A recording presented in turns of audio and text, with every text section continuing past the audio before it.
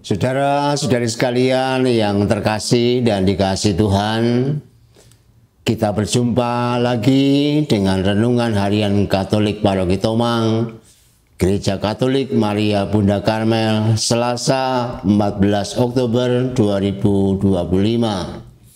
Hari ini kita akan mengambil tema bahaya kemunafikan. Begitu selesai mengajar, Yesus diundang makan oleh seorang Farisi.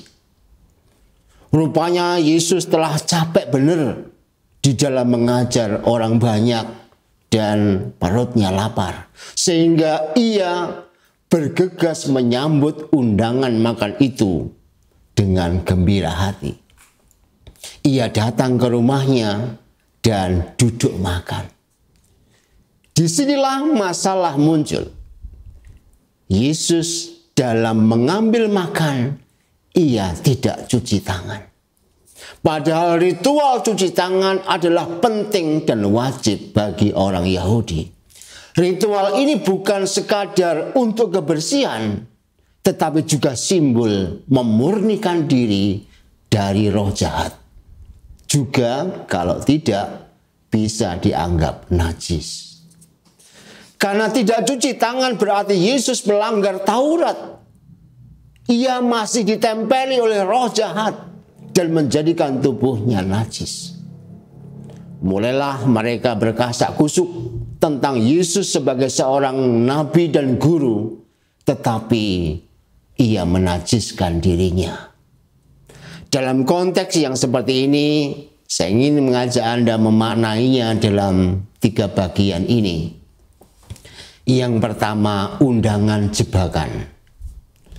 Melihat alur konteksnya, rupanya Yesus diundang untuk dihadang. Inilah makanan jebakan. Orang Farisi pintar memanfaatkan situasi. Ia menggunakan waktu break dari mengajar untuk menawari Yesus makan di rumahnya. Ia telah menyiapkan semuanya dengan sangat rapi. Bagi orang Farisi, inilah kesempatan untuk menjebak Yesus agar mereka bisa menyalahkannya.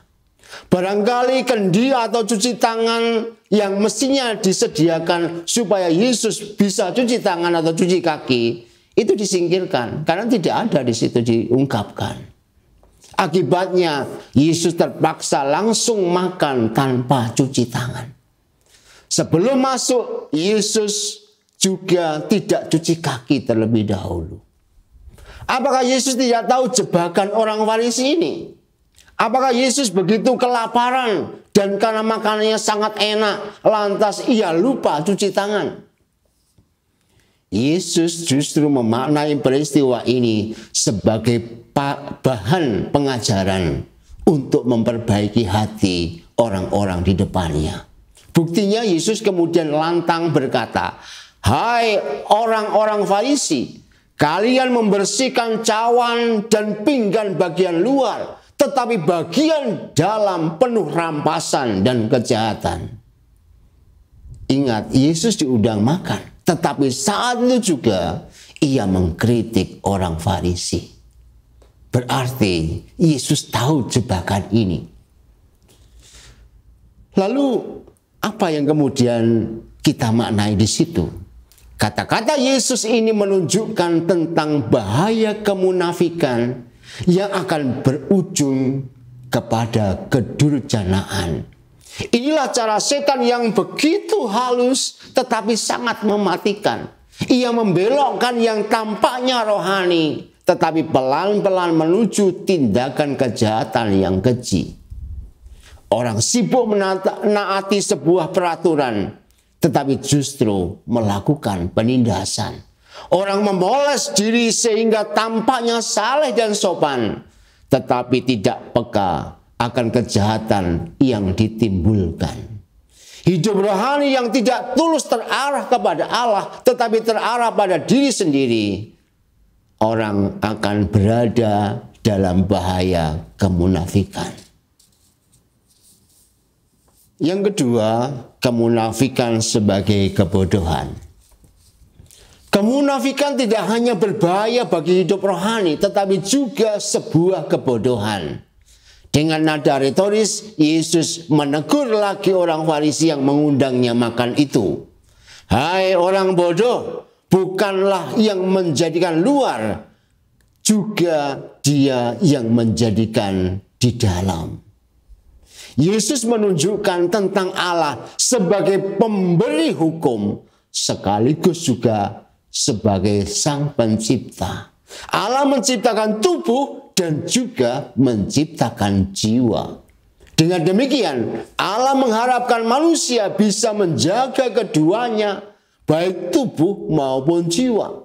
Manusia mesti membersihkan tubuhnya dan juga menyucikan hatinya. Bahkan hukum itu pada dasarnya bermaksud untuk menata hal-hal yang berkaitan dengan hati dan bukan sebatas tampaknya saja. Ketika seseorang sebelah dalam melakukan, artinya dia berat sebelah itu, hanya sibuk memelas penampilan diri sehingga seolah-olah sangat baik dan tepat, dia berada dalam kebodohan. Ia telah menjadikan dirinya dikelabui oleh kekuatan kejahatan. Lebih daripada itu, hanya memoles yang di luar, yang tampaknya saja akan membuat hidup makin lelah, tambah capek, dan bahkan sudah lelah dan capek juga tidak selamat. Inilah yang dikatakan kita berada dalam kebodohan. Capek-capek kan nggak selamat. Yang ketiga, persembahan sebagai solusi. Yesus tidak hanya mengecam cara hidup orang Farisi, tetapi juga menunjukkan cara yang tepat untuk menggapai hidup abadi. Di bagian penutup Injil hari ini, Yesus mengatakan, maka berikanlah isinya sebagai sedekah, dan semua akan menjadi bersih bagimu.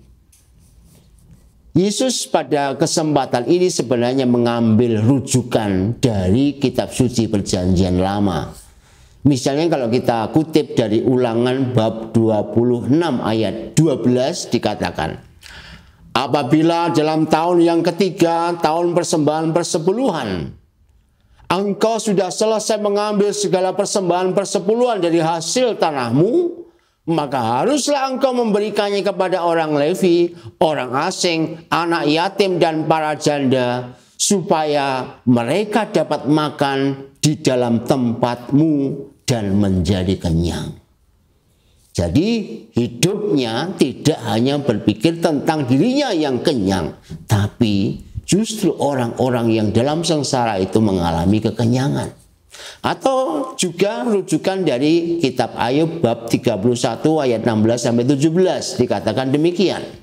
Jikalau aku pernah menolak keinginan orang-orang kecil, menyebabkan mata seorang janda menjadi pudar, atau memakan makananku seorang diri, sedang anak yatim piatu tidak turut memakannya. Artinya di sini Ayub mau mengatakan apa yang ia dapatkan juga menjadi kesempatan bagi anak-anak yatim, para janda dan seterusnya, orang-orang kecil menikmati apa yang ia dapatkan. Kata bersih di sini kemudian mempunyai maksud untuk digunakan bagi kepentingan sesama, terlebih mereka yang menderita. Apa yang ada pada manusia ternyata bukanlah milik sendiri, dan hanya melalui pemberian kepada orang yang lemah dan miskin, barulah manusia dapat membersihkan diri untuk bebas memakainya untuk kepentingan dan kenyamanan diri. Dengan demikian, maka kemunafikan kan timbul supaya orang berpusat pada diri sendiri.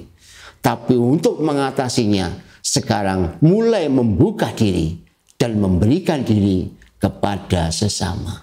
Disitulah solusi yang bisa kita temukan melalui pembacaan Injil hari ini.